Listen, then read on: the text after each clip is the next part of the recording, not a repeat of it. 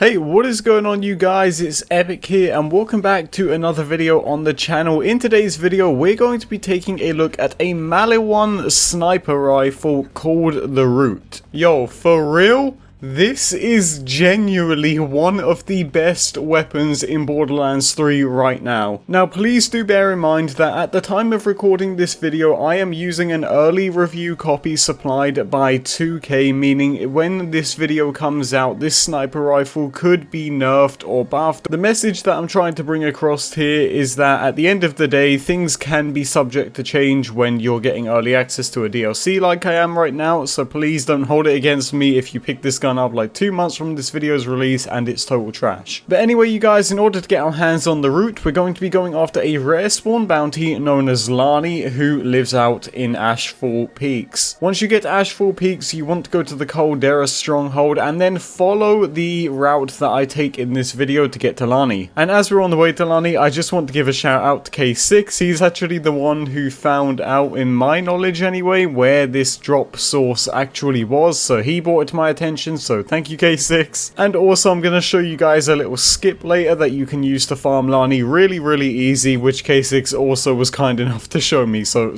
big shout out to K6, big pimpernel, go sub to him, yeah, all that jazz. But anyway, once you get to Lani, she's actually going to be invisible, which means you're going to have to keep an eye out for her. But anyway, just simply take her out and you know the deal by now. She'll have a chance to drop the Root and yeah, that's it really. Now before we get into just what this weapon does and why it's so good, let me show you that skip that I was talking about. So right after killing Lani, there will be a little drop down from the cliff to a new use station next to a bridge. There's a little lore piece there as well. And if you mantle up onto this beam and then use the momentum from jumping and mantling onto the next beam, you can actually launch yourself up onto the rock with ease. Now if that sounded really complicated to do and to pull off, that's because it kind of is, and trust me when I tell you that me and K6 were going back and forth on this, just trying to get me to be able to do it. But yeah, I mean, this is probably the quickest way you're going to be able to go about doing this, and I really wouldn't recommend farming her the way that we did at the start. And I think it should also be noted that you might need quite a bit of a speed boost to do this as well. Now into what this Root does. Now again, when I'm recording this video, there's virtually no knowledge about the Root, meaning I'm just going off of what I was able to come to the conclusion of through my testing, so again, just bear that in mind. But the Root is basically a killing machine.